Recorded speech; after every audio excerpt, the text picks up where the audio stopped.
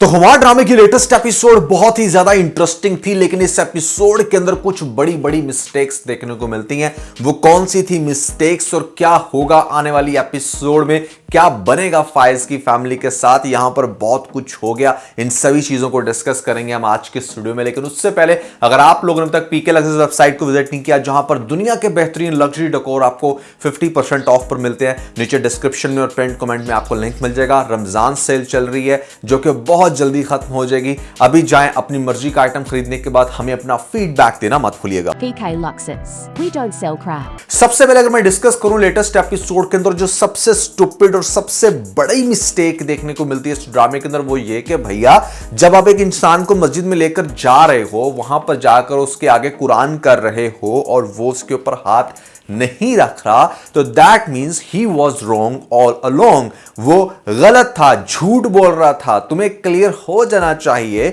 तुम जब वहां मस्जिद से निकले हो तो यहां पर तुम्हें सीधा जाना चाहिए था हरीम के पास और उससे जाकर माफी मांगनी चाहिए थी, क्योंकि तुमने बहुत बुरा रिएक्शन दिया। बजाय ये सब कुछ करने के तुम क्या कर रहे हो कि वो लड़की, जब तुम उसको देख रहे हो कि फाइनली तुम्हारी बहन का इवेंट उसने सजाया है, तुम पहले उसके बॉस के सामने इंसल्ट कर रहे हो कि भाई इस लड़की को कौन नहीं जानता, इसको तो सारा मोहल्ला जानता है, जो इसके साथ होता है बस वो नहीं जानता।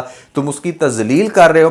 और तो और तुम उसी दिन जब तुम्हारी बहन की एक तरफ शादी होने लग रही है, तुम इतनी ज्यादा ट्रबल में हो, you should focus on your family. तुम अपनी उस बेगम को, जिसके बारे में क्लैरिटी हो जानी चाहिए तुम्हें अब उस कुरान वाले सीन के बाद, तो तुम उसको क्या तलाक देने लगे थे।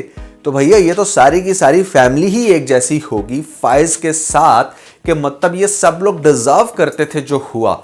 तो एक तो ये सबसे बड़ी मिस्टेक कह लो, राइटिंग की मिस्टेक कह लो, या फिर ओवरऑल एक स्टूपिड सीन कह लो, कि जब आपको क्लियर हो गया कि एक इंसान ने कुरान नहीं उठाया तो वहां पर वह झूठ बोल रहा था और सारा मसला बना ही उसकी वजह से है, तो आपको कुछ चेंज करते हुए फायज को दिखाना चाहिए था। अच्छा, दूसरी बड़ी जो मेजर मिस्टेक है वो ये कि जहां पर आपको दिखाया जाता है कि ये जो लाइबा की सास है, ये आती है रिसीव करने के लिए, दोबारा से बुलाने के लिए यहां पर फायज की मां को, तो वो कहती है कि चलो चलो जल्दी जल्दी इवेंट होने लगा है। उसकी आंखों के सामने खड़ी हुई है हरीम। उसने हरीम को क्यों नहीं पहचाना, जबकि हरीम को तो वो भी जानती है। हरीम क्या कर रही थी इस पॉइंट पर, ये उसने कोई क्वेश्चन नहीं किया। तो ये एक दूसरी बड़ी मेजर मिस्टेक थी इस ड्रामे के अंदर जो कि हमें देखने को मिलती। उसके अलावा अगर बेस्ट सीन की बात करूं तो भैया यहां पर बहुत ही सुपर्ब सीन था। मतलब जहां पर सबसे पहले फाइनली आपको दिखाया जाता है कि एक तो इनको वो फैक्ट्री वाला झटका लगता है, और फिर एन उस टाइम पर जिस टाइम निकाह होने लगता है लाइबा का, यहां पर आ जाती है पुलिस और वो अरेस्ट करके ले जाती है। निकाह रुक जाता है। बेसिकली जिस तरह इस कैरेक्टर ने, ये जो इनकी मां का चवल कैरेक्टर है, इसने तकलीफ दी थी हरीम को, जिस तरह से उसकी कभी शादी रुकी थी, जिस तरह से उसने इतना जलील किया इस लड़की को, तो उसके साथ ये होना बहुत ही ज्यादा सेटिस्फाइंग था। बहुत मजा आया देखने का। ये जो लाइबा इसकी बेटी है, ये भी एक नंबर की सेल्फिश थी। इसने सिर्फ अपने बारे में सोचा, तो इसके साथ भी जो हुआ वो देखकर बहुत सुकून मिला। As a viewer I can say that this was the best scene, जहां पर इसके साथ ये सब कुछ होता है, इसकी शादी रुकती है और फिर आगे से जो इसकी मां के तेवर देखो, इतना कुछ गलत हो रहा है, लेकिन तुम आज भी अपने बेटे को ये प्रोवोक कर रही हो कि नहीं नहीं तुम 2 तलाक, इसको खुदा का खौफ करो। अगर इसको नहीं हुआ एहसास तो अब होगा। अगली एपिसोड में आपको दिखाया जाएगा कि ये जाएंगे उसी पुराने मोहल्ले जो मैं बड़ी देर से पहले से कह रहा हूं कि ये सब कुछ लुटवा बैठेंगे। अच्छा, बहुत सारे लोग कह रहे थे कि भैया इतनी बड़ी बिजनेस एम्पायर, इतनी फैक्ट्रीज, इतना बड़ा घर, ऐसे कैसे एकदम से सब कुछ खत्म हो गया। तो होता कुछ इस तरीके से है कि जब आप कोई करप्शन करते हो बड़े लेवल पे, तो आपको बड़े लेवल पे पैसा चाहिए भी होता है। आप क्या करते हो, फॉर द टाइम बीइंग अपना घर भी रखवा कर बहुत ज़्यादा पैसा ले लेते हो, क्योंकि आपको यकीन होता है कि आप ये पैसा रिकवर कर लोगे। लेकिन जिसके साथ मिलकर आप ये काम कर रहे हो, अगर वो बेगैरती करे, तो यहाँ पर आपका सब कुछ दांव पे लग सकता है, क्योंकि बैंक ये नहीं देखता कि आपने पैसा किस मकसद के लिए लिया। वो अपना पैसा वापस लेना बहुत अच्छे से जानता है। और ख़ास तौर पे अगर फिर आपकी कोई कंप्लेन भी कर दे तो फैक्ट्री सील हो जाती हैं। तो वही हुआ, फैक्ट्रीज कंप्लेन की बेस पे सील हो गई, और जो घर था वो अब डेफिनेटली बैंक को पैसा वापस करना है। तो बैंक ने तो घर नीलाम कर देना और उसके लिए घर से निकलना बड़ा ज़रूरी है। तो एक झटके में आपकी अरबों की प्रॉपर्टी जा सकती है अगर आप गलत काम करते हो, और वही हुआ इस फैमिली के साथ। तो यहां पर आपको दिखाया जाएगा कि मतलब बाप जो है उसको जेल होगी, तो फाइल्स को भी पकड़ने के लिए पुलिस इसलिए आ रही है क्योंकि फिलहाल अब इस कंपनी को कौन चला रहा था, फाइल्स, तो फाइल्स को भी भुगतना तो पड़ेगा। लेकिन ये सारा कुछ देख लिया है हरीम ने। हरीम जिसको डिवोर्स होने वाली थी, यहां पर जब उसने ये सारा कुछ देखा, पहले तो वो इतनी टेंस सिचुएशन में हॉस्पिटल में जाती है तो मिसकैरेज वाज ऑब्वियस। अब देखो फैज ने क्या कुछ खोया, उसकी मां ने देखो क्या कुछ खोया कि जो एक औलाद आ भी रही थी वो भी गई।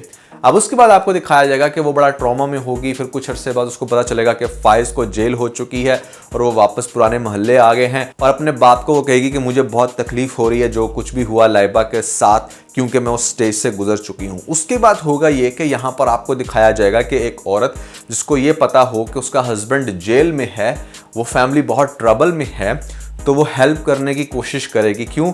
क्योंकि उसको तकलीफ हो रही है। अब इसी के चलते वो हो सकता है कि ये सारी की सारी बात, सारी की सारी राम कहानी सुनाए अपने बॉस को और कहे कि बेसिकली उस दिन जो आपने फंक्शन में देखा इंसान वो मेरा हस्बैंड है और वो बहुत ज़्यादा ट्रबल में है और मैं चाहती हूँ कि आप उसकी हेल्प करें, उसकी ज़मानत करवा दें। तो चूँकि इसका बॉस थोड़ा सा फाइनेंशियली भी स्ट्रॉन्ग है, उसकी एक वर्थ है, तो वो यहाँ पर डेफिनेटली उसको फाइज को बाहर निकलवाएगा और फिर बताएगा कि जिस लड़की के ऊपर वो इतने गंदे गंदे इल्ज़ाम लगाता रहा है, आज उसी की वजह से वो बाहर आया है।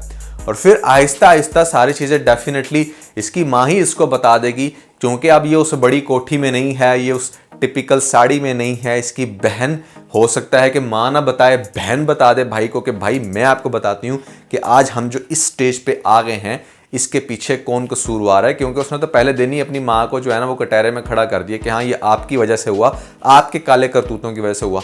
तो वो अपने भाई को भी बताएगी कि भाई आप बिल्कुल ठीक कहते थे कि इंसान जो है ना बिल्कुल आसमान से ज़मीन पे आ जाता है और हम आ गए हैं। अब चूंकि उसकी शादी ख़राब हुई है, वो बिल्कुल आप कह लो कि शादी के स्टेज से वापस आई है, तो अपना ग्रज, अपना गुस्सा निकाल लेगी और अपने भाई को, फाइज को वो सब कुछ सच सच बताएगी कि किस तरीके से उसकी जो माँ है वो सारी साजिशें करती रही है। और फिर इसको आगे से मतलब जब डेफिनेटली ये पैसा नहीं दे पाएगी नासिर को, क्योंकि नासिर ने बहुत हद तक पेनिट्रेट किया था या जो भी, तो नासिर क्या करेगा, फर्दर क्लैरिफाई कर देगा कि हाँ भी उस दिन तुम मुझे मस्जिद में लेके गए थे, मैं कुछ नहीं बोल सका, आज मैं तुम्हें सब कुछ इस तरह से बताता हूँ कि तुम्हारी बर्बादी के पीछे मैं नहीं, जो हर कोई मुझे कसूरवार ठहराता है, ठीक है मैं तो लालची हूँ, लेकिन मुझे लेकर कौन चल रहा था, तुम्हारी माँ। तो वो भी उसकी सारी सच्चाई सामने लाएगा। और फिर इंटरेस्टिंग आपको सीन और भी दिखाया जाएगा लास्ट एपिसोड में कि वो जो रेहान था ना, जो बड़ा फड़फड़ाता हुआ कनाडा गया अपनी बेगम के साथ, उसकी बेगम भी उसको वहाँ से ठुड्डा मार के भगाएगी जब वो सारा पैसा इन्वेस्ट कर देगा उसके बाप के अकाउंट में। उसको कहेगी कि देखो भाई निकलो यहाँ से, दफा दफान हो जाओ, अपने जाके बाप को बचाओ, वो जेल में है इस टाइम। तो वो भी यहाँ पर रोता हुआ आएगा और कहेगा कि माँ बिल्कुल हमारी गलती की वजह से, खासतौर पर मेरी गलती की वजह से ये सब कुछ हुआ, इन सब की ही कलेक्टिवली गलती है। बड़ा इंटरेस्टिंग मैनर में ड्रामा इस तरह से डिस्क्लोज होगा। तो जो इनका बॉस होगा वही मेरे ख्याल से एक पाथ बनेगा, दोनों के लिए ब्रिज का काम करेगा, हरीम के लिए और फाइज के लिए, और इन दोनों की दोबारा से फिर से अंडरस्टैंडिंग होगी। और अच्छे से बताऊंगा आपको कल के रिव्यू में। लेकिन भैया ये कुछ मिस्टेक्स और स्टोरी मेरे माइंड में चल रही थी, मैंने कहा आप लोगों के साथ शेयर करूं। तो खुमार ड्रामा काफ़ी इंटरेस्टिंग है, काफ़ी मज़े का है। मेरे ख्याल से दूसरे नंबर पे अगर कोई ड्रामा चल रहा है आफ्टर खई तो वो खुमार है, जो बहुत ही ज़्यादा सुपर्ब, लाइक एक कमाल की स्टोरी रखता है। दूसरे नंबर भी कह सकते हो, तीसरे भी कह सकते हो, क्योंकि इश्क मुर्शद भी मतलब नो डाउट फिनोमिनल ड्रामा, बड़ा मजे का, लेकिन थोड़ा सा बोर कर दिया। बोर ये भी कर रहा है, इसके अंदर भी मतलब 5 मिनट की स्टोरी होती है, बाकी 40 मिनट फ्लैशबैक, तो इतना ज़्यादा नहीं होना चाहिए।